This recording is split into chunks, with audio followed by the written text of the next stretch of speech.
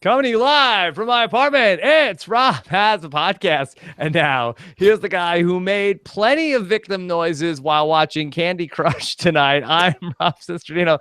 Everybody, welcome to our special Big Brother night of Big Brother and Candy Crush that we've been talking about it all week long. July 9th, the night it all went down, of Big Brother 19 and the Survivor versus Big Brother Candy Crush premiere. Spectacular. And there was only one guest that I wanted to have on this show. And I booked him for this podcast well over a month ago when I first heard about this date. Here he is, the great Big Brother 12's superstar, Matt Hoffman. Hey, thanks, Rob.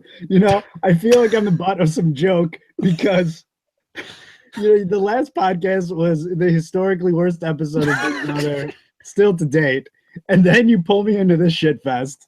And I wonder what's next. And why? Because I did think we were friends. Matt Hoffman is alluding to the Ziggy Marley Backyard Carnival podcast that he joined us on. And we had so much fun that night with this man as well.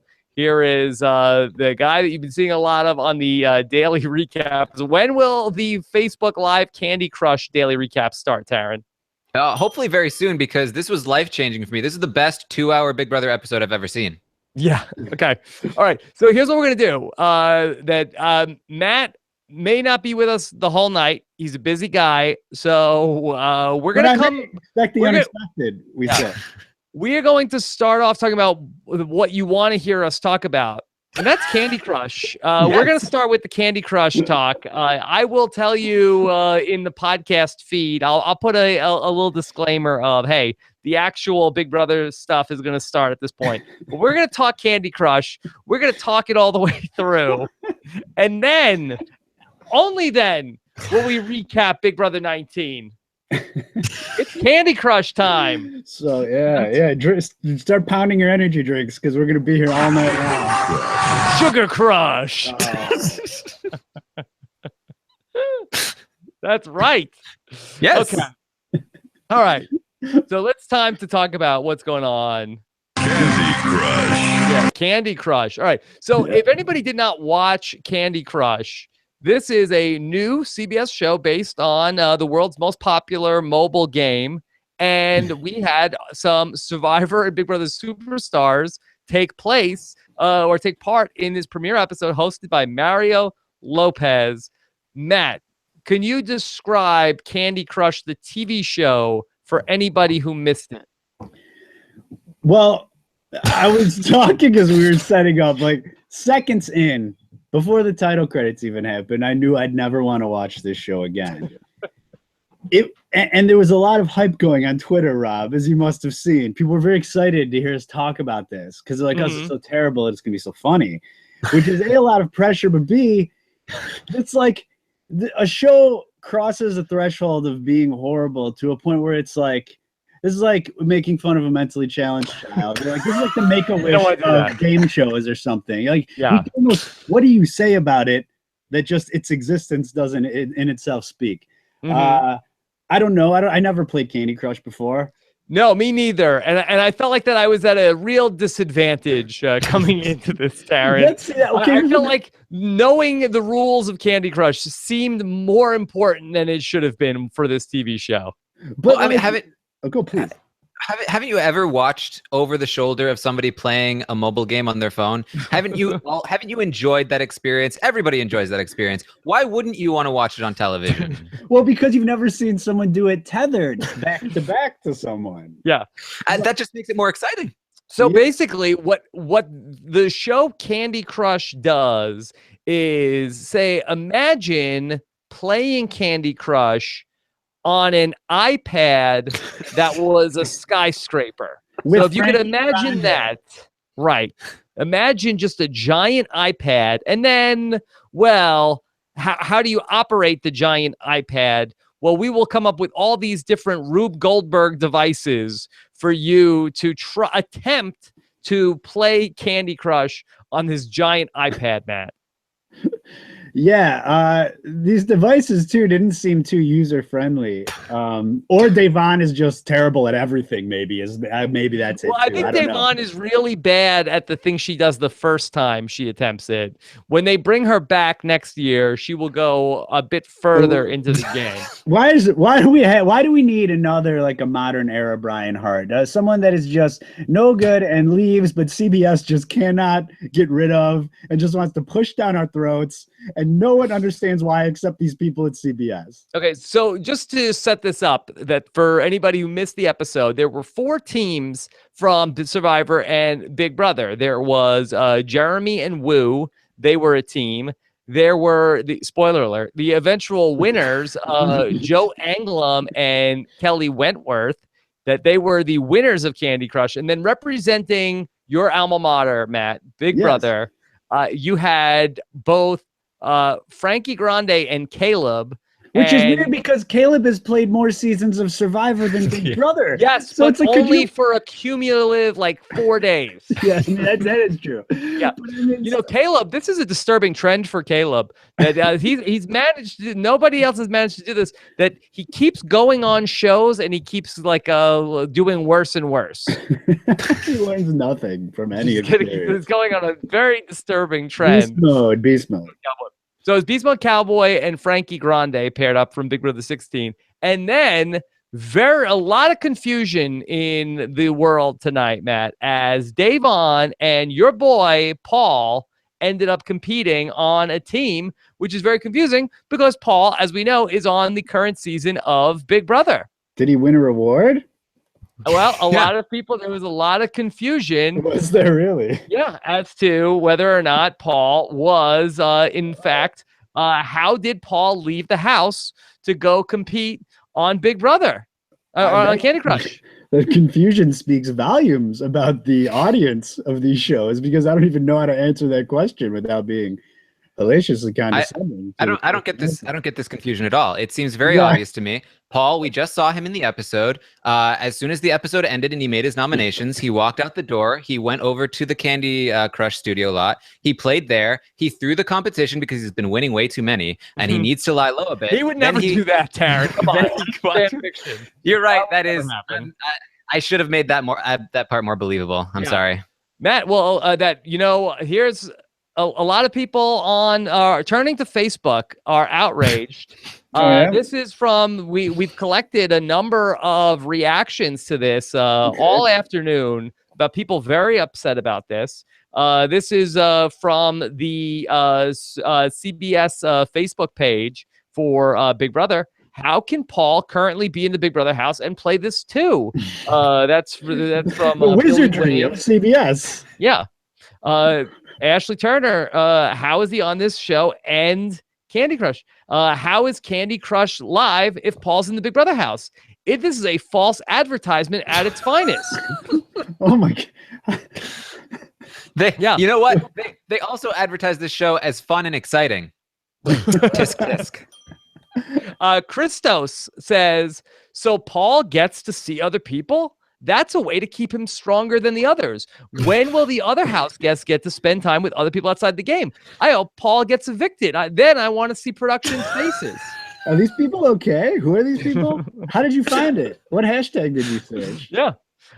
This is from a user, Christy, who says, so this is why he got that 3-week protection. They wanted to make sure he was available for this show. I like the conspiracy theories. Even if they're from fools. I hope everyone else gets to have a consultation with Devon about their Big Brother game. That only seems fair. Everyone should have the equal disadvantage. Yeah. And people are very upset. Kayla says, I guess this means Paul's out soon, right? You can't be on 2 shows at once. These are real. These are all real. They figured it out, Rob. Yeah. Man. Spoiling it for everyone. How can Paul be on Candy Crush when he's in the Big Brother house? Yeah. Okay. And then this is another user says a nightmare scenario. Oh God, not Frankie effing Grande again. Let me guess, if he wins, he'll be put in the Big Brother house to replace Megan. Who would do that? Okay. So Yeah, so again, a lot of confusion. I don't think that the show handled that artfully, Matt, in terms of telling the viewers what was going on. No, but none of the viewers would have cared either way. I mean, it's totally exactly what Taran said. You're just watching someone play their cell phone game. When Mario Lopez at the end is like, okay, and the first one to get 50 points, I'm like, it was like 15. I thought he said 15, maybe. I might have misheard him. And then you just sit there for like 10 minutes watching these people play Candy Crush. Mario Lopez, I did feel bad for him as well because he did not know what to say. He was the worst. He needed to like keep up this enthusiasm for the entire show. And it was rough. He was like, oh, whoa, oh, a blue one. Oh my God. Oh, wow. He's flipped.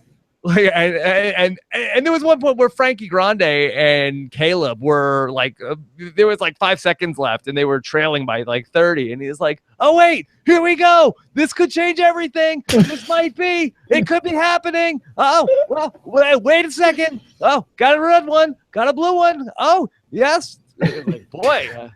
He's making money for that. You know, my favorite part of the episode was right at the beginning when Frankie was walking out and doing what Frankie does, where he tries to get like all the attention and go, gallivanting around, and then the little like pop-up video thing comes up, and it's like Frankie is the brother of Ariana Grande, like constantly in his sister's as hard as he tries. It's just like they will not let anyone know.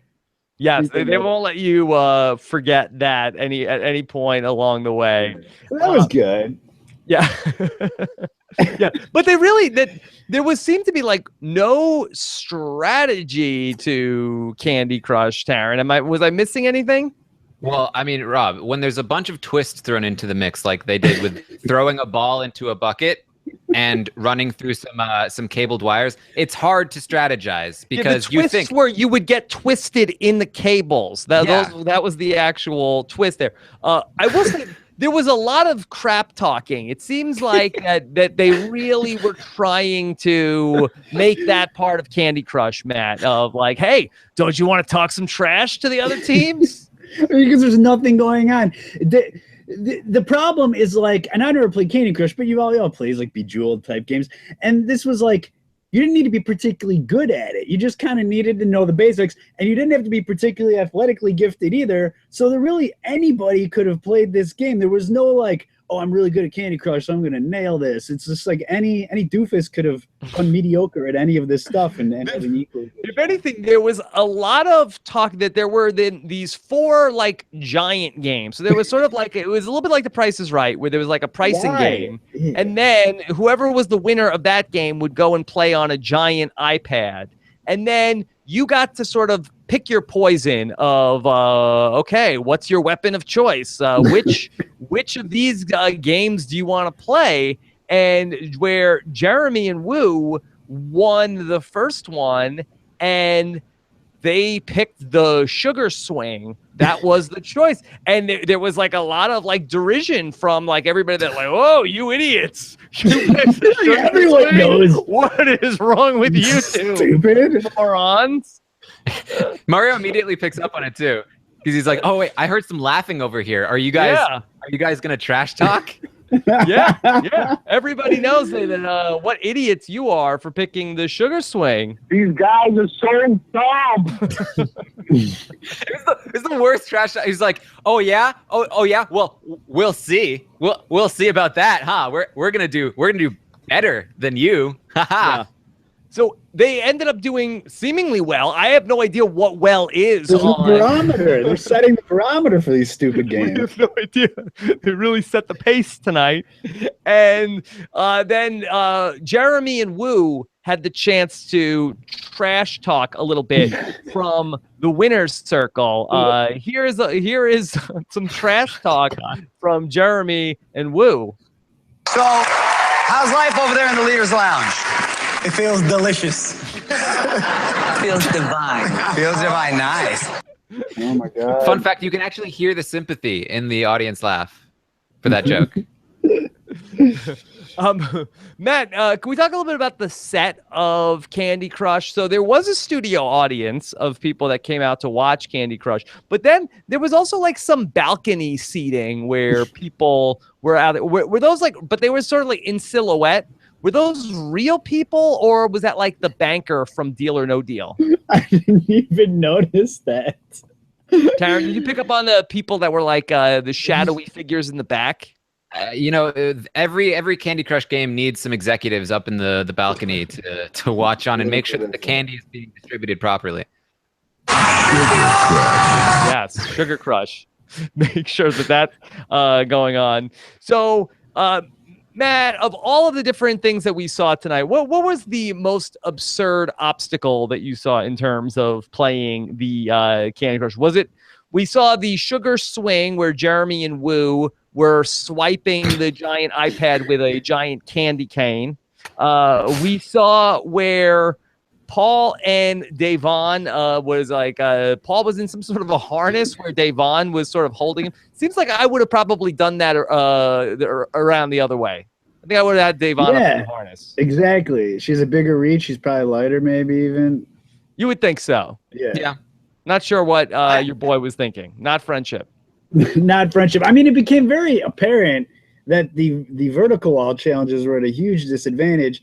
And if this crappy show is just going to keep regurgitating these same 4 stupid challenges, everyone's just going to pick the horizontal ones. Yes, the emergent gameplay is coming through, Taran. It's like a Wheel of Fortune when they just start giving you the letters. That's why because everyone just picks. It's important to win those early rounds, Matt. You gotta get those balls. It's so important. Yeah, this show is we're never going to see this, right? Again, this show, this is it. This is like. It's back next week, Matt. It's a family edition. Did you see it? Did you see it next preview? Coming attraction. Yeah, it's gonna be family. You want to take this money away from families? Is that what you're saying, Matt? Family edition coming up next week. Unbelievable. Be on the lookout for that. There was a lot of like shouting from the announcer, different catchphrases, and I don't know if that is part of Candy Crush. To me, Taran, it was very reminiscent of like Mortal Kombat. That there was a fatality, finish him. Like what was that? Candy Crush. Tasty. Den of Temptation. Sugary sweets. Divine. Yeah. Yeah, there was a lot of like just like yelling from an off-screen announcer. Was that the shadowy figure? Maybe, yeah. Maybe they all had to get together.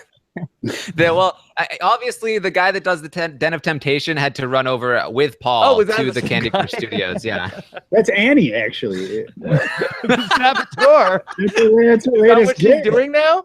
Kind of dropped off the radar, but I've remained in touch. We finally figured it out. Well, Final Temptation, they're going to walk in and Annie is going to be standing there. Yeah. The unique skill she has, you know. I've come to offer you a temptation. He's the shadowy figure back there. So going back to Frankie Grande and Beast Mode Cowboy, you know, there was this point where when you win a round, then you get to have like small talk with Mario Lopez. And so he had some questions for them. First, he talked to Beast Mode Cowboy to ask him. So what have you been up to since Big Brother? Now, Beast Mode Cowboy talked about a lot of things, did not mention that he went on to Survivor. Do you think that would have really confused Mario Lopez, Matt, if he would have said, well, actually, after Big Brother, I did Survivor? Like, would that have blown the whole premise? Like, are we retconning that Beast Mode Cowboy was on Survivor to fit him into just Big Brother versus Survivor? That's what I was getting at when I was saying earlier. They must have said, don't even mention it. Just talk about you're learning to be a stepdad. He's like, what does that even mean? Just say it. That's what you're doing. Rob, that begs the question. If Caleb ever participates in Reality Game Masters, will he count as Big Brother player or a Survivor player? I think that he starts on XL Island, Taran. I think he starts. He'll be on it'll be Reality Game Masters Price is Right versus Candy Crush. Yes. Can we do that? Can someone set that up? And Davon can be the go-between. Oh, jeez. But then Mario Lopez got a chance to talk to Frankie Grande, and that Mario Lopez and Frankie Grande, I guess, have met before. Know the whole family now, from sister, of course, Ariana, to mom. And mommy's here. Oh, mama's here. Hi, Mom. It's not too Norman Bates, is it, for you?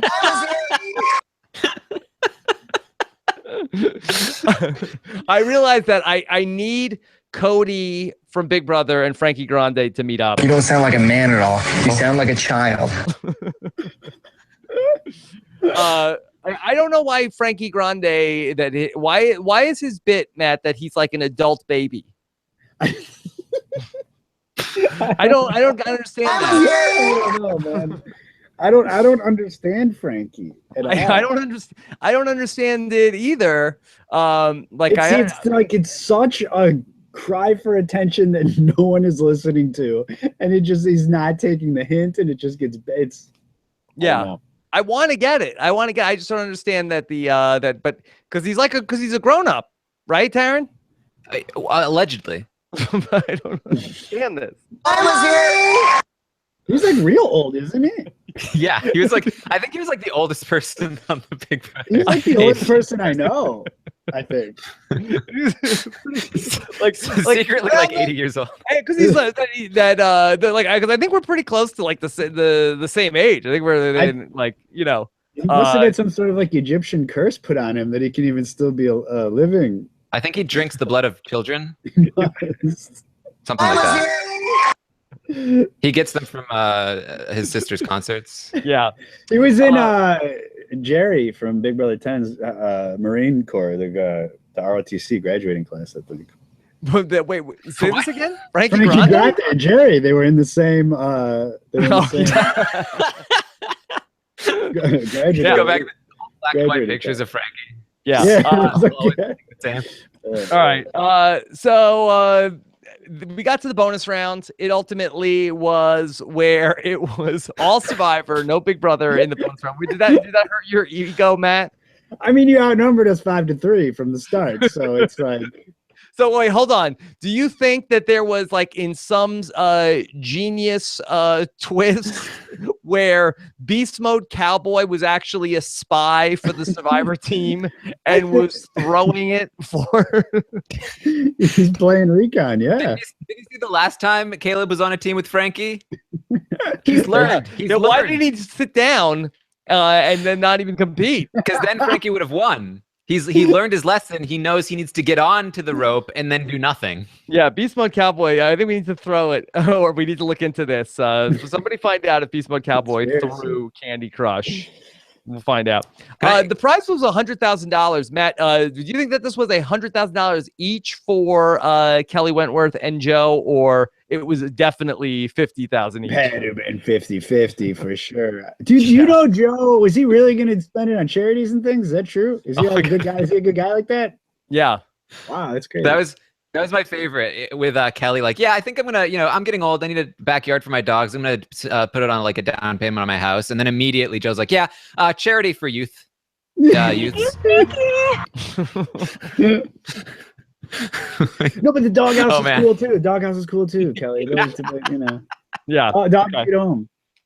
So congratulations to Kelly and Joe. There was an interesting part of the final round, and I don't really know who blew it or what, where you got to pick. There were 3 advantages going into that final match, Matt. There was the miracle match. Where I believe what would happen was that there was like a fairy that would come out. Frankie comes back. She would from backstage. They just harness him in. Nope. And then you would get a like 3 matches automatically.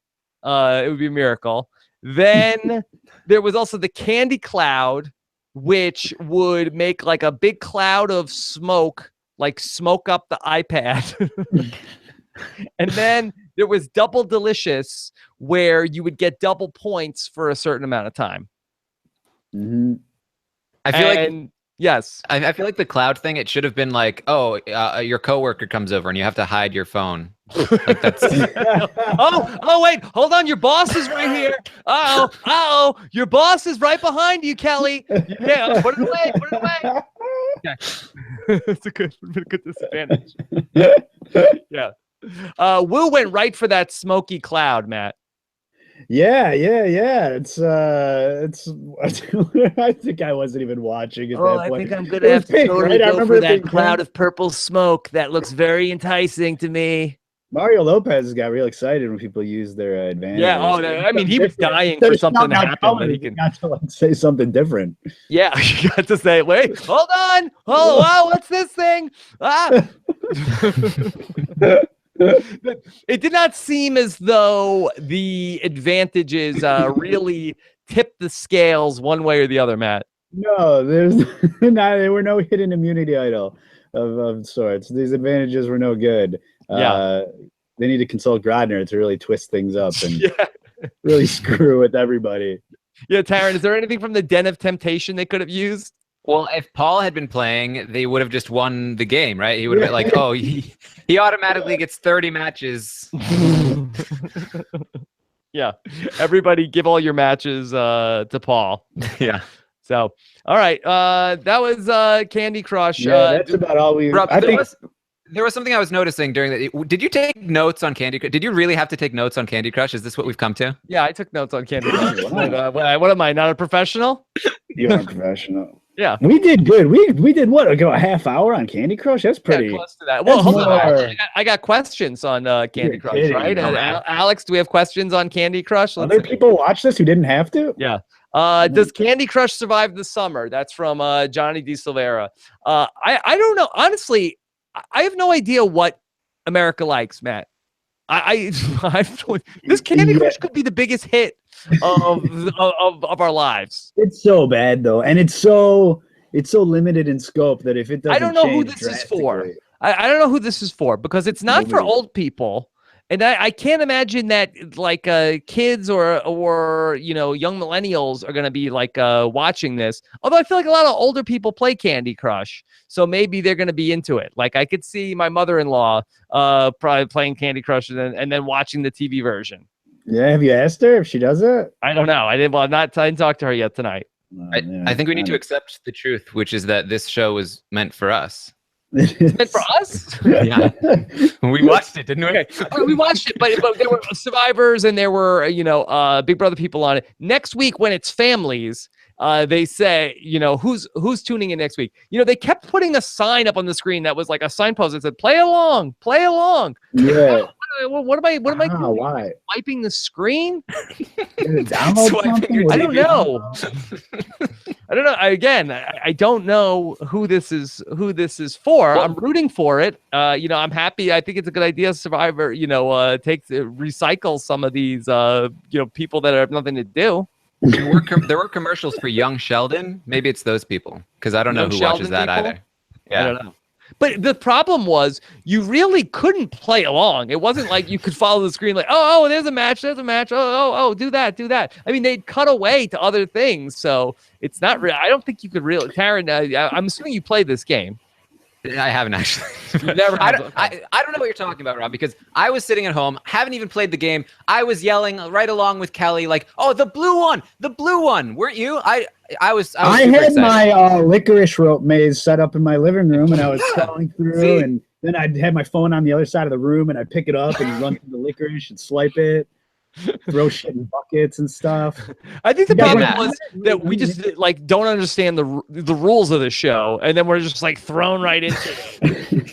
It was like a very complicated premise. Okay. It was basically like watch the numbers go up and see whose number goes fast enough to get to 50. Sure. This is a question from Taylor Martina, who is asking us, what was greater, Kelly Wentworth's 4th place Survivor prize or her Candy Crush winnings tonight?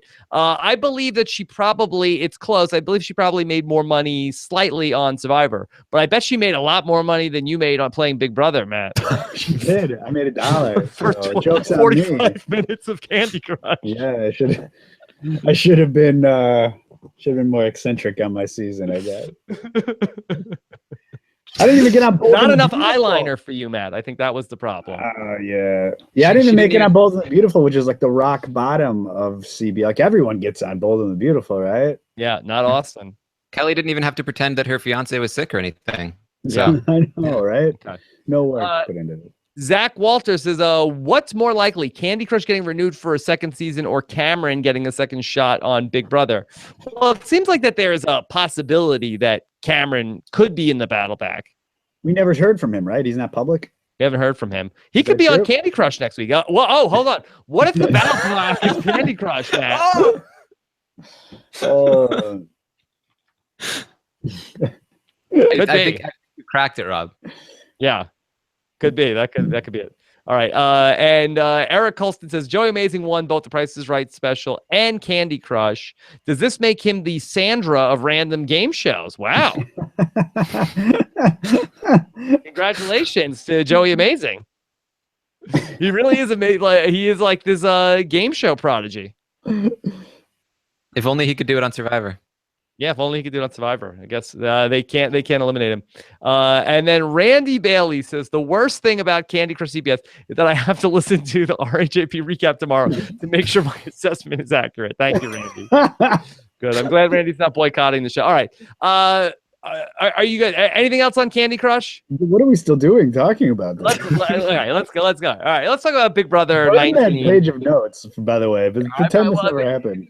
To be fair, this is Big Brother and Candy Crush notes. So the Big Brother notes get up until about here. I want to hear your victim noises, Candy Rob. Crush. Yeah. All right. You want to hear about victim noises? I don't want to hear the victim noises. Let's talk about victim noises tonight, and let's talk.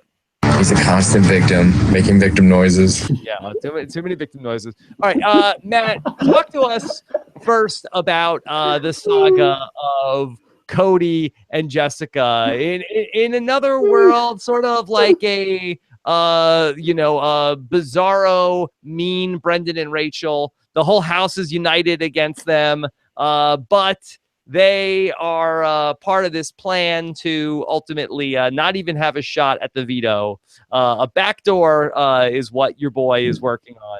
So talk about this crazy mean showmance. Yeah, it's too bad. Cody is one of my favorite characters in a long time. He is so strange. I even wrote Cass. I'm like, this guy is, what is the fuck is wrong with him? He went through the whole casting process. All you ever hear Cass say in her tips is like, show us your personality. And he just gave that whole thing the big middle finger and is like, I'm just gonna do nothing. Goes on the show. He's a total psychopath, which I love. I love how they accentuate it with like the horror movie audio pops and everything. But as far as the whole battle between them, I think having that battle is going to help him a lot because that's something that's going to want to be perpetuated. And so Paul now has this enemy, which I think is good for the show. I like it. Yeah, that he's been such a fun character. I would hate to lose him this week because he is something different than we've seen before. A lot of times we have sort of like this big meathead guy who's trying to run things, but that he seems to me, Matt, like he is the first of an archetype. I mean, is there anybody that you would compare him to? No, there's been no one like him. He's like, you're right, like your meatheads who really oftentimes don't have the greatest personalities or just these like hunky meatheads. He lacks such a personality so much that it has crossed over to becoming like that quality becomes the most amazing personality. And that's what I think the beauty in him of is. And now you're not just on Big Brother. I don't think we've seen a character like this just on reality TV. It's gold casting. Taran, do you have a comparison for Cody to anybody else that we've seen? Oh man, Brian Heidick maybe but even he had more of a Brian personality. Heidick had a flair for personality of like Brian Heidick fashioned himself as like an entertainer to the people at home like that were Brian Heidick was more I would say that he was probably like some sort of like a crazy uncle of like Will Kirby if anything. It's like Cody, a great examples of what makes him awesome is every time he's had to walk into those rooms, he's just like, I don't care. Like, this is stupid. He's like, oh, dolls. I don't care. I hate dolls. Whatever. Right. So here he was tonight, not impressed for the second week in a row with the Den of Temptation. I walk into the Den of Temptation. I look around. I don't care. I'm not into dolls. That's perfect. Nobody is like that. He's like the 14-year-old boy at like a girl's birthday party who's just like, I'm too good for this. Whatever. That's why they needed him on Candy Crush, so he could have been there. All right, we're here with Cody. Cody from Big Brother. How do you feel to be here on Candy Crush? Are you excited? Are you ready to go get some candy? Are you ready to go up and climb that vertical wall? No, I don't care. Whatever. Come on, let's go. Whoa, here comes the abominable snowman. Whoa, that's stupid. Candy Crush is for wusses. Yeah. I don't even like candy. Candy's dumb. This whole thing is rigged for Paul anyway. Yeah. Yeah. But I thought that while Cody is a fun villain, Jessica is really this has gone horribly off the rails, Matt. This is somebody who was supposed to be a fan of this show. I mean, could she be? I haven't looked at the Joker's polls. I gotta imagine she is a rock solid 16 out of 16 or 17 out of 17 at this point. I definitely am not into her, and I find her, you're irritating. But I find that your vitriol seems even more than mine would ever be. What's so Jessica? Low? Yes. I just feel like that. I mean, other than if you're like a pervy guy that's like, hey, she's still good in my book. Other than that, I mean, who's like thumbs up, Jessica? Way to go! Yeah, but I agree with that. But there's so many people. But there's people you don't care about. I mean, there's somebody that you dislike that people would dislike more than Jessica. I dislike Matt more than Jessica. Why? Why? Because, okay, this is my problem with Matt. Is that he has the same name as you? Yeah. Well, you go, which Matt? And then you go, the one with the shitty tattoos. Okay, which Matt? Then after that, it goes, everything is a dig on me. Because it's like, if you're talking to go, oh, the ugly one, the short one, the one who's not strong, the one who, he's got the better smile. What about the one that looks old? I'm probably older than him. It's like everything becomes worse. Yeah. When you're trying to describe me. Mm-hmm. And so I just want him to go away. I hope no one remembers him and stuff. I hope he gets voted off soon. There's a good chance nobody's going to remember him after this. That's a possibility. But so I don't like him. Yeah. Sorry, Matt. Maybe he'll be known as Alex's best friend, Matt. Yeah. Pow racist too. Why would they do that? Why do they think that that's okay? They're like, no, we were just calling you pow. And it's like, oh, that's fine. Yeah, poor Alex. Yeah. Pow everywhere. Alex Kidwell? Yeah. Yeah. That Alex. Okay. But going back to Jessica, we saw her really come out swinging tonight. She went after Christmas. We saw that on the live show. Taran, what did you tweet out about Jessica's assault war on Christmas? This is like what other show are you gonna watch? Somebody yell at a grown woman in crutches who's named Christmas. Like yell. Well, not just that. The girl on crutches. Yeah, it's like trying to grab tickets on the ground, and you saw Jessica like, give me that, come on, give me. Like she was knocking her over, Matt. Yeah, well, it's a game, But there's so many balls in the backyard. You didn't have to knock over the girl on crutches. She's a coward. Yeah, she's a coward. I mean, what was she going to do if she had the tickets? Just hand them to Paul, I guess. It didn't matter anyway. Work. Why do they even have competitions anymore? They just award things to Paul. Yeah. Well, yeah, everybody was going after trying to get these tickets to hand them to Paul. Matt, as somebody who's played the game, spent a lot of time thinking about what the best moves are in this game, do you feel like that Paul is doing a good job 2 weeks in here? Paul it's such a hard question to answer because there's not really a job for him to do other than simply exist in the house. People are handing him everything. He comes in with a box full of friendship bracelets and pendants and, you know, Didn't help him in Candy Crush. And Candy Crush, which he hosted that competition in OTT. So you already even like, they're not even being subtle about this anymore. It's just this like passing Paul everything. And I'm not even digging on Paul because if I was in the house and they were giving that to me, I'd be like, fuck yeah, I love it. Take it in. I take everything. But it's, you know, I don't harp on him, but it's just the show itself. It's crazy. Cody being pissed, I would be so pissed. I totally understand that. I think it's crazy that they're doing this. It's it's down the road right now. We're only in like the second week and it's like already getting to where this could be like the most rigged season to me. We'll see. I mean, that's terrible what's happening.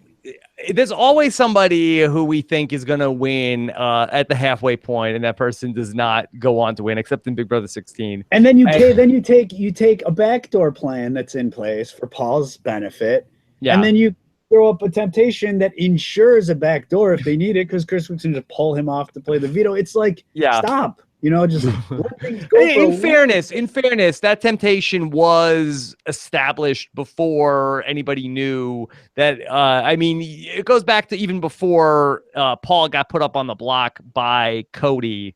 Going back to the first couple of temptations were already on the book, so it's not like they changed the temptation, but everything does look good for Paul as of right now. The question is, long term, is this going to go his way? I have to get, I've gotten on Paul a little bit about his game in terms of strategy, but let me get on his game here in the diary room because, Matt, he's forced to sort of carry a lot of these diary rooms on the show. And he said something tonight that really confused me. He was talking about how that things that if they did not go according to plan, he was going to be concerned. And all my plans will be soiled. And so will my pants. All my plans will be soiled? What? That's not an expression.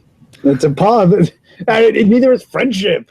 And, whatever. Who knows? He does whatever he says weird shit. Taran, all my plans will be soiled? Has anybody ever mentioned soiled plans? Soiled plans? We could make plans and then...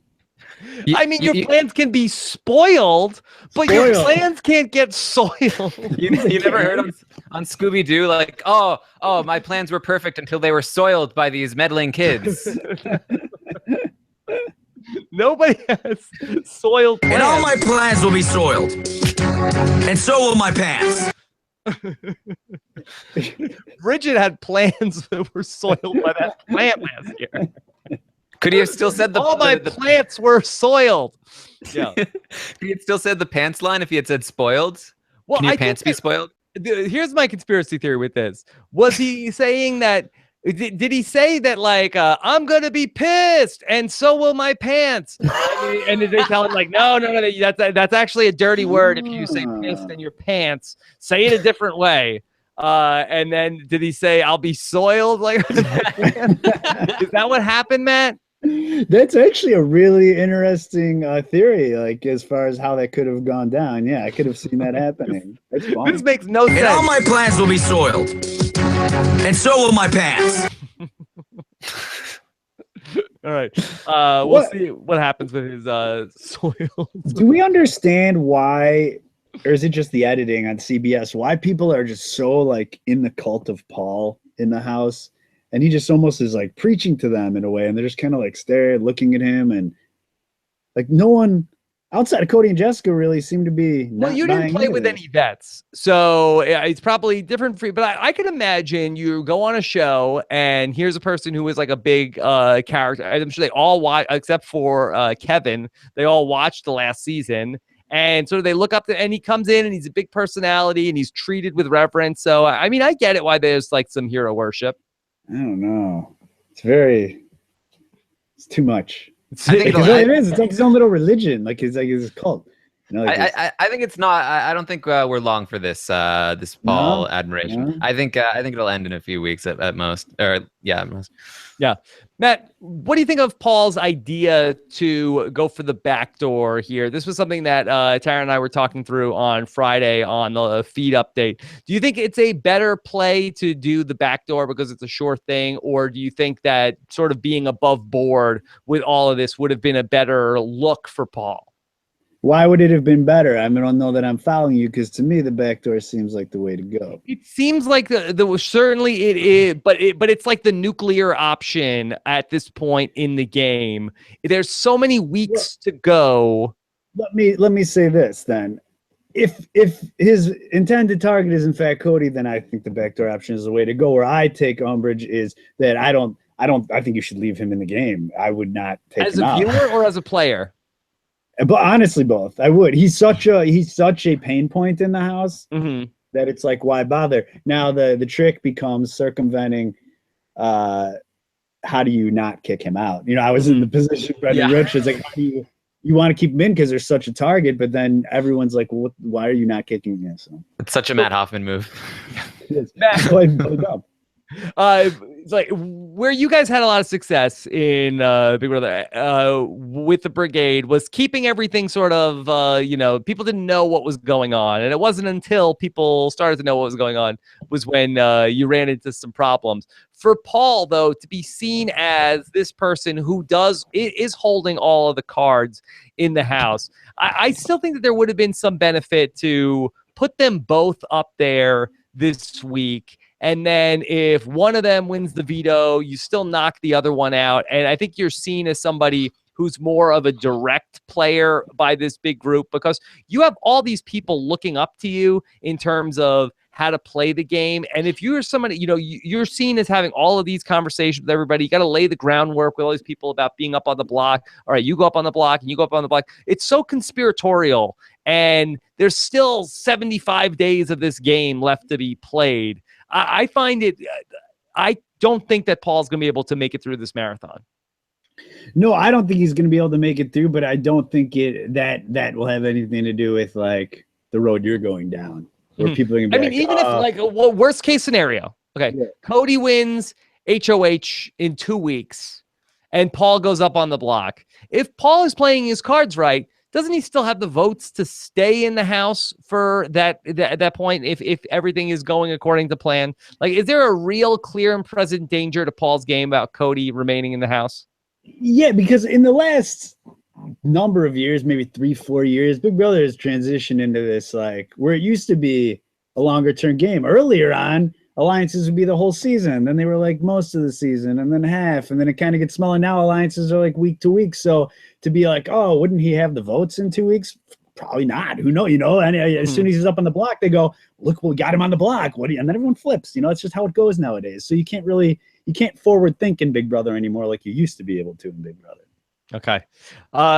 Taran, we got to see a little bit with what was going on with Jessica and Josh as well. And they really went after him about the victim noises. It's not just Cody talking about victim noises. It's also Jessica. They talk about how he's a constant victim in the house. He's a constant victim, making victim noises. All the time. He's making victim noises. He did proceed to then go on and make some victim noises. So I kind of got where they were coming from. Do we for real know what that means or no? Do I know what that means? Yeah. Does anyone know it? What is Cody? Are you asking, or you're going to tell us what victim noises I'm are? definitely asking. Okay. Yeah. So I think that victim noises, in terms of what Cody is made, like I think that anytime people are like, I think he comes from a whole world of like being an alpha male, and when things don't go your way, like anything that's sort of like pouty, like like. That's a victim noise. Most of the stuff that I do routinely. I mean, in this case, I'm sure it was a turn on for Cody to have his girlfriend make a grown man cry, Matt. Yes, definitely. Josh. I think how he described it pregame was that like if a guy hurts himself and he's like whining about it or making victim noises like oh ow. Like that would be a victim noise, I think. Like stop making a victim of yourself. You're a man. Yeah. But I think that really where it comes into play is like noises of like dealing with frustration more so than like actually physically being in pain. Can you not wait for your post-show interview? Are you just it'll be Taran, tell us or not on the feeds how would you describe the way that Cody has handled this backdoor plot? He's made a lot of victim noises. He has whined more than a lot of people do on Big Brother, to be honest. You don't sound like a man at all. You sound like a child. Yeah. It's very true. It's though he's talking about himself. Paul is put in God mode. Paul? Why don't we just give? You know what? Why doesn't Paul just win the game tomorrow? Huh? Why not? He took away my weapons. I can't do anything. What? Like this is just so unfair. I can't believe everyone turned their back on me. Oh, yeah. Victim noises from Cody. Yeah. Who knew? Cody. Get out here. Come on. You're playing in the Candy Crush Battle Pack. Oh, come on. Why can't I get something good? It's not fair. Every time Cody does one of his death stares, it's just him like repressing victim noises. He's just like, no, I need to stay quiet. Must not make victim noises. Yeah. That's what's going on in his head. Okay. We saw tonight the Den of Temptation return with curses that were not random, Matt. First off, you like the Den of Temptation. It looks like one of your Halloween parties, right? It looks like... Do you ever like really look at the Den of Temptation? It's always slightly different, and it's just this like hodgepodge of junk from like the prop warehouse. Probably, it's like they went dumpster diving at a CBS backlot show that actually had a budget and was like, well, we'll take your scraps. There's like incense burners and candles. I swear to God, rewind. I swear I saw the old Veto box back there. And there's like a globe, a bunch of IKEA lanterns hanging and shit. And now we have this toad podium and cauldrons of dry ice. It's just a mess. It's a fucking mess. It's so like representative of the Big Brother show and experience. Just a fucking hodgepodge of shit tossing around. Yeah.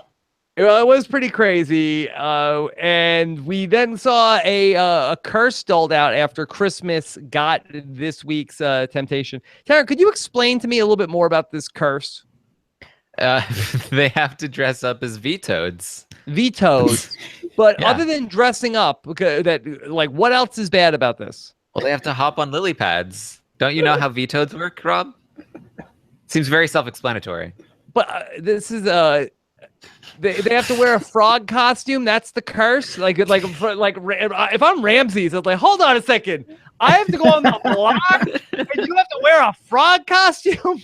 But I mean, same thing with the temptation too. It's like if I'm Christmas, I'm like, you just gave him 3 weeks of safety, and I get to play Veto. You know, it's just. I loved listening to her read the card because she was like, oh my God, I'm so excited. I got the temptation. Okay, the temptation is I get to pick somebody and take their place in the Veto competition. And you get to pick 3 people to wear a frog outfit this week. What? Oh man. Between the alliterations, the puns, they're really upping their word game this season. Yeah. So Christmas gets to pick people to wear the frog costume. Did you see the preview for the latest temptation? Which one? The halting hex. The halting hex. Yes, the halting hex. Isn't a hex a curse? So is there going to be is the temptation a curse, and then there's also going to be another curse? It's just they get to use the curse. Yeah, the halting hex is coming up next week. That's where somebody can stop a live eviction show. I saw this today on Twitter that they announced what the next couple temptations are. The week after is the miracle match, where then whoever gets that in the Den of Temptation, then a fairy comes out and then gives you automatically 3 points in the next Veto. Any showmance gets safety for the week. They get to the next week is the Candy Cloud, Matt, where yes, this is during Veto. You have a purple cloud comes out. You can unleash poison gas into the HOH room at some point during the week. So, wait, is this halting X? You can stop a live eviction? Is that true? Is that right, Taran? Yeah. They said literally like during any live eviction, you can stand up and stop it live. And then what? Then what happens? Then nobody goes home. Yeah. So I don't know what they're gonna do. It seems like it's gonna be an awkward live show. Yeah. Like Julie introducing the show, and in the background on the screen, somebody's like, "Hey, I want to stop it now. Can we stop the live show? Yeah. We got another 55 minutes. I have. We want to do the Dominique Dominator show. Yeah. Instead, okay. We'll bring you some behind the scenes footage of Paul at Candy Crush when he came back. I can't remember the last time they've read an HOH letter, and Paul got like the full-on HOH letter treatment and the whole room and the pictures, and they never do that anymore. Yeah. For good reason, though. I feel like showing Cody's reaction to it was reason enough for me. Yeah. They didn't need to read his that was letter. great. That was a great moment. Okay. So I want to start to segue into the live feeds from over the weekend. Matt, how you doing on time? You want to I know you got an early morning tomorrow. Yeah, a lot of plans changed recently since I booked this. But let's keep going. Let's forge ahead for a little bit. All right, let's forge ahead. We went over our safe word before the show. Yes. Okay. Good. I just wanted to make sure. It's a great safe All right, word. let me see if I have a question or two before we hit the live feed. All right. This is from Jack BB19. Is America more cruel or idiotic for giving the girl with a broken foot the power to play in any power veto competition? I believe they voted before she broke her foot. I don't think that was she got hurt and then they said, "Oh, you know, it'll be funny. Give Christmas a where she could play in any competition." I will say though that Christmas is really getting on my last nerve, Matt. That she needs to stop it with the Christmas puns and wordplay. She doesn't get to do that about herself, Matt. And it doesn't help when Big Brother's like jingling bells every time she walks in the room. Hey, look, Big Brother can do it. Big Brother can do it. This is over the line, if you ask me. I made my list and I'm checking it twice. There's a few people going to the naughty list today. Stop. She's playing the game. There's no way that in her day-to-day life she makes references like that. And in regards to the question on this temptation, I feel that the whole thing, the benefit of this, it's a guaranteed backdoor for anyone who's in with the HOH. Forget about playing in a veto. Who cares? It gives you the power to pull someone. You know what I mean? So like, if you're trying to backdoor someone, you can, like you said, Rob, you can put them both up on the block, and who cares? Because you can just pull them off. I don't know. I think that's what the prize is. I don't know. My favorite bit of wordplay from the episode was in the recap when the announcer was like, "And Christmas caught a bad break." And then they had the sound effect of her breaking her foot. Mm-hmm. Yeah. Yeah. They do a number on the sound effects in the intros. Big Brother Evan says, should we be pre-convicting Cody for the murder he'll eventually commit? Let's not throw those terms around. Okay. All right. But the answer is yes. All right. Let's start to move into the spoilers. So we've got a lot more coming up. We'll be back again Wednesday night and Thursday night after the episodes. And so let's dig into the Big Brother spoilers from the weekend. Here we go. The Office of Civil Defense has issued the following message. This is a spoiler. Warning. A spoiler. Warning means that an actual spoiler against this country has been detected and that protective action should be taken. Oh, wait, that's your spoiler. Oh, spoiler. Spoilers. Red. Okay. Oh. Okay. No, up. Whoa. What the hell was that? Okay, there's one game where, all right, Frankie Grande, we're just going to suspend you randomly around. He loved it. It's All right. his dream. Tune in next week on Candy Crush when we're going to bring back the Miley Cyrus wrecking ball when it's going to crash people into the screen. Then we'll go bungee jumping off the screen. And then after that, we'll get people with plungers that will have to climb the wall. Okay. Sorry to go back to the Candy Crush. All right, Taran, not too much excitement in the Big Brother house right now, right? No, not particularly. And it seems like it's going to be a slow week this week because Paul's plan is just going flawlessly.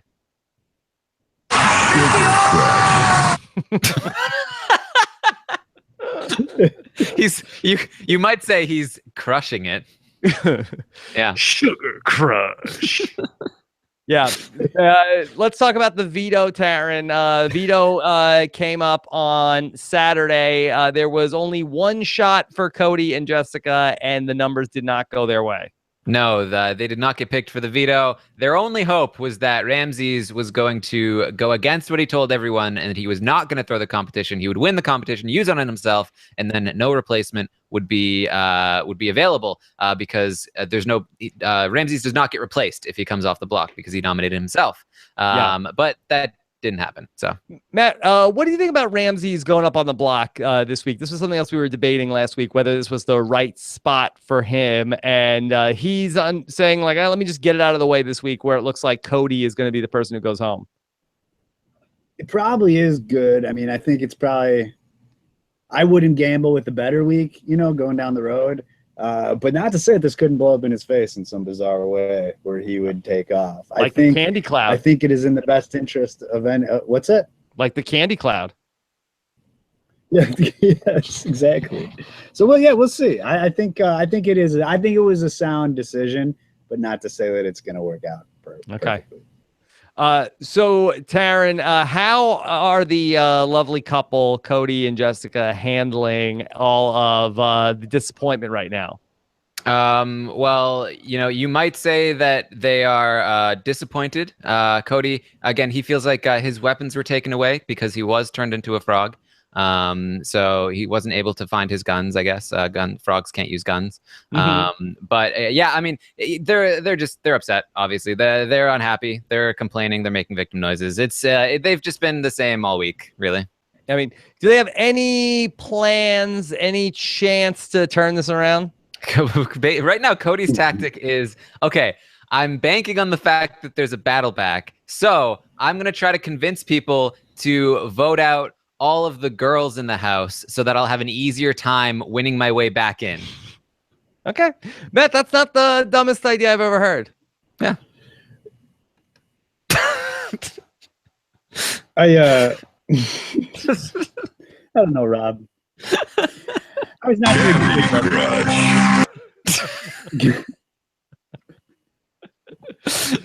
could that soil Paul's plans, do you think? It could soil Paul's plans. Not his pants. His pants will be spoiled, but his plans will be soiled. Yeah. Okay. Taran, can you give us an update on the HOH-itis of Paul? I mean, that's also the same, really. I mean, he's still just going around, vet-splaining to everyone. They couldn't even hide it in the edit. Like, every single thing he said sounded condescending, although they were able to cut away before he repeated it 5 times, which I think does help his image. But yeah, I mean, it's pretty bad. He is saying that he plans on fading into the background after this week, but this is Paul we're talking about, so who knows? Yeah, okay. That's kind of what I was getting at, man. The way that's playing out, it's too, I get what you're saying, Rob. I like there might be some sort of reference to a vet, but it's very preachy and just, it's too much. They're like way bought into it. They're just drinking the Paul Kool-Aid in a very strange way, I feel. Yeah. Taran, if there was one person in Paul's group that you would think he would need to worry about, where's Paul's blind spot in this group? Probably Kevin, to be honest. I mean, we sometimes don't know where Kevin stands because Kevin is just Kevin, of all people, is constantly trash talking like anyone he talks to. Like, he'll talk to Paul, be like, Paul, I'm totally with you. Then he'll go to Alex and be like, oh my God, Paul is so annoying. And you just don't expect that from Kevin at all. Really getting on my nerves right now. Keeps telling me to play dumb. Keeps telling me, yeah. So sick of it. Yeah. Kevin had a good line tonight talking about why he voted to keep Christmas in the house. Initially, I was going to vote for Jillian, like I said, but I'm friends with Christmas, so I voted for her. And the girl makes me breakfast in the morning. If a woman made you breakfast in the morning, would you vote for her? Yeah. Think about that, Matt. He's got a good way to think about it. Just keep it simple. Come on. Yeah, we were speculating about where Kevin's vote would go all week. We were so confused about why he voted that way, and I'm glad we finally know the answer. Well, keep an eye on who's making him breakfast this week. Yeah. Yeah. There was actually a thing this morning. He was asking Mark about breakfast. He was like, hey, can we get some breakfast or something? And I don't know. I don't think Mark made him breakfast, so Mark better watch out. Yeah, watch out for the skillet of salvation if you'll get Kevin's vote if you just whip him up some breakfast. It's like his version of Boston Rob, like putting his arm on your shoulder. Yes, it'll be interesting to see if both Cody and Jessica and Ramsey's all come out to him with a plate of food this week. We'll see. Or does it have to only be a woman who makes him breakfast? That'll be. He did specify woman, yeah. Yeah. Are you a Kevin fan, Matt? I do like Kevin. At first, I didn't think I could. He was a little too Enzo-ish for me, but now I don't think he's Enzo-ish at all. I think he's Kevin, and I think he's super cool. Do people like him? Do we like Kevin? I think he's pretty well liked, right? Oh yeah. Probably one of the favorites. Okay. I think he's going to go pretty far. I think he'll make it pretty deep in the game. Well, he's incredibly entertaining. Not only is he very, very entertaining, but I don't know how, they didn't really get into this too much, but he is really full on lying to everybody about this vote. And he is completely blaming Ramses, and Ramses takes so much heat for it. Not only is Ramses taking heat for the vote of, voting out Jillian, but he's also taking the heat for taking the 25K that first night. Everybody also thinks that's Ramses. And so not only is Kevin blaming Ramses for everything, everyone hates Ramses because of Kevin, but Kevin then also has the gall to be like, that Kevin, or that Ramses, he's always blaming me for things. He tried to win that veto, guys. He can't blame me for that one, can he? Because I was sitting here in this room. Yeah, it's a good move. Well, I like that. Yeah, and everyone's buying it. Mark wasn't even in on this whole thing where Mark didn't realize that they were supposed to lie about Kevin's vote, and so he accidentally told Alex, who has been on a rampage against Ramses, to Kevin. She's saying to Kevin, I can't believe Ramses. What a snake. Unbelievable. I don't even want his apology. I'm done with him. What a loser. And Kevin is just like, yeah, man, the worst. And Mark reveals to Alex, no. Kevin voted to evict Jillian, and she still doesn't even buy it. They don't believe that Kevin can be lying to them. It's amazing. Well, he's got a good table image right now. We'll see how long that he can keep it up. Taran, I hope he does it all season. So let's just project out a little bit. Of course, the Cody and Jessica thing is going to settle itself. Where do you see what's the next big frontier in terms of the Big Brother 19 storyline? I think somebody's going to take a shot at the showmances. And it's a lot of people are talking about Matt and Raven, but they're such non-entities in the house. I feel like when it comes down to it, are people really going to go after them? I feel like ultimately somebody's going to take a shot at Paul, and that's going to be Paulie taking the fall in Big Brother 18. Things are going to change. Everything's going to shake up. The showmances are probably going to split. There's also this battle for Mark's obedience between Dominique and Elena and a little bit Christmas, where it's they're all just kind of fighting each other for using Mark as their puppet. I could see them kind of turning on each other soon-ish. So that could be another thing. Assuming someone comes back in the house, do you think that Paul will get attacked prior to that? Or you think it'll be okay, now when Cody comes back in or someone comes back in, then they're going to hit Paul? It probably depends on when they come back, but I do think, he's safe for another week. I do think he will have an opportunity to lie low for the most part. Again, we talked about this in the morning update, but we feel like the best thing for Paul's game right now would be if somebody on the outside won in HOH and attacked his alliance, but not him because he's still safe. So if Alex won HOH and went after Matt and Raven, then that's perfect for Paul because he's not in power anymore. He gets to be on the losing side of things, and Alex gets to be this big villain, or maybe it's Jason who wins it. And then everyone's going after Alex or Jason the next week, and he just like lost a member of his own alliance, but he's still part of the majority. That would be a great situation for him. If that doesn't happen, though, I absolutely see him trying to run his own alliance's HOH next week again. And by that point, I think in the coming weeks, it'll be like, okay, we all need to take a shot at Paul at some point. I mean, technically, Taran, how many people are in Paul's alliance? It's an alliance of 7 with some add-ons like Kevin and Josh. Mm-hmm. Yeah. Is there any chance that Paul might see it's beneficial to keep Cody in the house this week? Because having that straw man, the one thing that's keeping his group together is we have to get Cody out of the house. And once Cody is out of the house, are they going to be able to keep that together we have to get Jessica out of the house? For now, it's looking like that's true. Paul is doing his absolute best to set it up so that Jessica, Jason, and Ramses are the next 3 targets. He's saying like, I'm safe for the next 6 evictions, guys. I'm settled, which is obviously not true. But he's doing his best to make sure that everyone's pissed at Ramses for trying to win the veto when he said he was going to throw it. He's making sure that everyone's mad at Jason for talking to Cody and Jessica too much, and like, oh man, he's a competition threat. And then also everyone is still very mad at Jessica because she refuses to integrate back with the group, and she's still yelling at people and calling them cowards. Matt, how do you think Paul's going to handle things if they don't go his way at some point this season? I don't know. The one thing I'll give it up to Paul is he's got that mentality of like, this is a game. I get this. Things go good, they go bad, yada yada. Like I think he's good. He's cool like that as far as like rolling with things and not getting all like whiny and bitchy about it. But I don't know that they're not going to go his way. I think he's still got a lot more help coming to him. Yeah. And Taran, before we get to the questions, Josh, how is he holding up after the confrontation with Jessica? He's doing better. He's slowly doing a little better. Like as time goes on, he's getting better and better.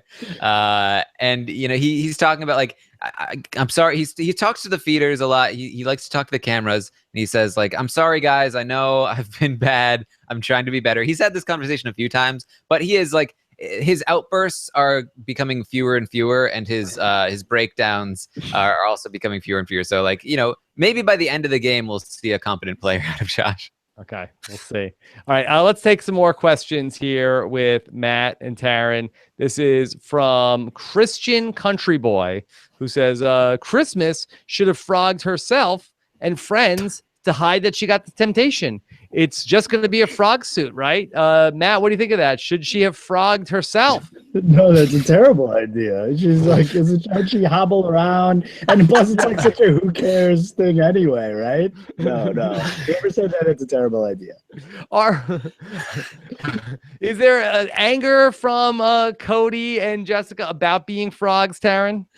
Well, certainly, this is not Cody's favorite thing. He's also in denial about it. He's like, if they send me home, I don't have to wear the costume, right? I've never seen anyone walk out with a costume. That doesn't happen on Big Brother. Yeah, sorry, Cody. You will be walking out as a frog. Never seen that before. Okay. This is from Brendan Viegas. Says RHAP scenario. Matt Hoffman is asked to preside over the marriage between Cody and Jessica from Big Brother 19. How does he start the ceremony? All right, Matt, can you talk us through this? I've never officiated a prison wedding before. Would Cody, they let him out for this? I guess if Jessica still has her head attached to her body, and Cody, I don't know if that's a matrimony I can support. I'm just going to stick to my Brencho wedding. Okay, stick to the Brencho wedding. Amanda wants to know, who do you think got screwed by production? Cody, BB19, Sharon, BB9, or Shima, BB11, or someone I'm forgetting? Taran, you're gonna have to remind me what happened to Sharon in BB9. The questions were unfair in that HOH competition. There was it was about hamsters, I think, right? The gerbils, or who is a brother and sister, yes, or who is related, or something. Yeah. Yes, it was like how many pairs of people who like knew each other going into that. It was a stupid question. It was very unfair. I think she got screwed the most, and then Shima, and then Cody. All right, girly one. What does everyone think the odds are for a pre-jury battle back after seeing the edits of Cody and Jillian? I mean that there's no sign of Cameron. There's no sign of Jillian. Matt, you got to feel like it is. If not a battle back, then we are looking at some sort of competition to get somebody back into the house, right? Yeah, I mean, on top of everything you said, and then unexpectedly losing a player, this early with the Megan, yeah, for sure. Yeah, and that Candy Crush battle back is coming. Is that going to happen? The Cody Crush, yeah, we're gonna have it, and we're gonna see Cody swiping some jewels around. Instead of the Den of Temptation, the voiceover is going to be like just Candy Crush. What's going Crush. On? Yeah. Okay. This is from Katanga. How gullible are Paul's groupies? Could he lie about having special powers and safety the rest of the way? Matt, what do you think of that? Could he just tell people like, okay, your boy, I got a new power. You can't nominate me. I'm telling you, it's a religion, like Christianity or something. We'll call it. I don't know. It's like Paul has his own thing that like they're just totally soaked up into it. He could do that. I'm safe the rest of the game. He probably won't even be lying, but even if he was lying, he could do that. Okay, guys. Here's the thing about Big Brother. What happens is they occasionally make somebody a coach midway through. So I'm no longer eligible for nomination. Just to let you guys, that's how Big Brother works. That's how you need to do things from now on. Is that you can't nominate me anymore. I've officially become your coach. And yes, if I do make it to final two, you are obliged to vote for me. Don't worry, the second place person will get the prize money. I'm just a coach. Don't worry about it. The votes don't mean anything, but you do have to vote for me. That's how Big Brother works. Yeah, he should be the first to pull from the Survivor strategy of like creating his own idol, his own Veto medallion out of like household items and be like, look, I have this. See if you can trick people. It'll really come down to when they need to start like taking people out of their own group. Is he going to be able to pull that off? I mean, he really is set up like a Boston Rob in Redemption Island. Of course, Russell Hantz ends up going out early. Rob is the only vet left in that season, and he has a bunch of like impressionable people around him that all look up to him. This is set up, along those ways, and it's just going to be a matter: is there going to be one person that's charismatic enough and bold enough to want to take the shot against him? I think I'm with Taran that it's got to happen soon. I don't think you can leave Paul from a storyline perspective. You can't leave Paul in a position of just like coasting and not having any what's the person I'm looking for, like an antagonist against him. So if Cody leaves, there needs to be someone else that has to go after him. I also feel like that these curses are going to end up coming back to hurt Paul because he got his, and you would think that they would get progressively more powerful, right, Matt? You would think, but then, who knows? The road they're going down, they haven't. So they might just be. Yeah, well, Taran, isn't that a recipe for a bad? I mean, we saw this with Big Brother OTT, where these care packages get progressively better, but the most popular people already got there. So you really are like coming up with a system to be able to really prop up whoever your like 10th most interesting person of the season is. Yeah, I mean, especially like, honestly, I don't think Paul needed this safety. I think he would have survived the attempted backdoor from Cody anyway, and then he wouldn't have been so bold with this gameplay. I don't think he would have as much of a downfall potential as he does now, and he would be eligible for a further temptation. So I do think this was definitely a disadvantage for him, and especially because now he's part of this majority alliance. I think the audience is slowly starting to turn on him, and people are going to want to see this toppled so that the game isn't boring. So they're going to intentionally give it to the opponents of this alliance, and that's going to lead to Paul being in trouble. Oh, okay. Let's do one or two more questions with Matt. This is Adam McGinnis. Why does everybody pick on Ramsey? He comes across as a nice guy on the feeds, but all the groups are mean to him. Taran, why is everybody picking on Ramses? It's Kevin's fault. It's Kevin. Kevin's throwing him under the bus. He's Kevin's scapegoat for everything. This freaking guy. Yeah. Gregory says, live feed question. Is there any chance that Cody stays this week and the house goes after someone like Ramses instead? Taran, on that same note, could potentially there be enough animosity towards Ramses? Not likely. No. All right. Taran, anything else big from the feeds over the weekend? I don't think so. I think we're all set. Okay. Emma says, can we talk about how Christmas was just giving Elena some sugar? Yeah. What's that about, Taran? I don't know. Okay. All right. Candy Crush fans. I don't know what that means. The Candy Crush fans are trolling us now. Okay. All right. Well, Matt, what a fun night on What CBS. a joy. What kind of terrible shit are you going to make me watch next time? Yeah, well, we'll see. We'll see what they end up doing I do next. love it. I love it. I love it. Yeah, it was so much fun going through everything from Candy Crush. Yeah, you'll be back for Solitaire, the TV show. Solitaire. Whoa. Yeah. Okay. No, I think we're going to go through Sequester. I think we're doing that next. Jesus Christ, please no. Yeah. All right, Matt. Fun stuff. What do you got going on, Matt? You want to plug anything? No, I don't do anything. I work, and you guys don't want to know anything about that. My life is not glamorous. Everybody. Yeah. I'm not Frankie J. Grande. No. Cowboy. You're not. No. I'm not. I'm yeah. not 19 Mats. No. The other ones. How's Hannah doing? She's good. She's weird and cool. Yeah. I had a terrible night last night that I had a power outage at my house. And then with my kid, I already put my kids to bed. And then my oldest son sleeps with the light on. And then he woke up and the lights weren't on. He just started screaming, woke up another one. And should have gave him a tablet and played Candy Crush with him. And fell asleep. I should have told him no victim noises. No victim. Yes. But yeah, I had to so we got through the blackout. I had to put the kids completely to bed again. I felt like that this was the closest I would ever be to being on The Amazing Race and being U-turned. I was like, I already did this. What do you mean I have to go back and do it again? Crap. Okay, Taran, LFC Roundtable is back on Monday. Yes, tomorrow night we will all be there. It'll be a lot of fun. The last one we did was very fun, so I'm expecting great things. Okay, so be on the lookout for that. And then join Taran for some more live feed updates at an earlier time now, Taran. What's this? Yeah, everyone loves waking up really early and doing live feed updates, right? 8 a.m. Eastern. Don't get passive aggressive. No, it's seriously been a lot of fun. We're doing them earlier so that you have more time to listen. You'll be able to listen on your commute to work.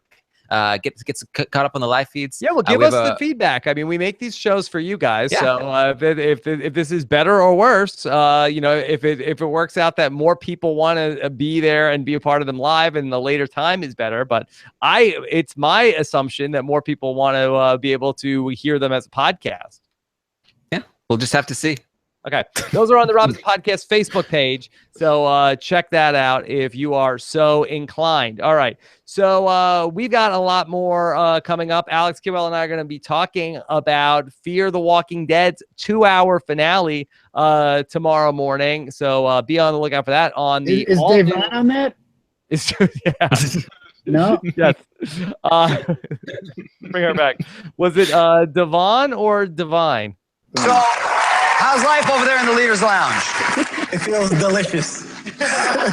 Feels divine. Feels divine. Nice. See, what Jeremy said makes sense because it's a show about candy. So Jeremy's like, yeah, it feels delicious. And like Woo's running like, yeah, it feels divine. Well, divine's not a word to describe food. It's just another word that starts with D. It was not. Oh, we're doing D words? Yeah. Oh, okay. Diligent. Sorry. It's very diligent. Do it. Wait, hold on. Let me do some kicks. Okay. There you go. That's Candy Crush and Big Brother 19. Matt, what's the hashtag tonight? Is victim noises too obvious? Victim noises. We have soiled plans to go back to. Soiled plans. Soiled plans. Skillet of Salvation. Skillet of Salvation. We had a lot of stuff from Candy Crush also. Okay. Let's go with soiled plans. Soiled plans. In honor of Paul. Okay.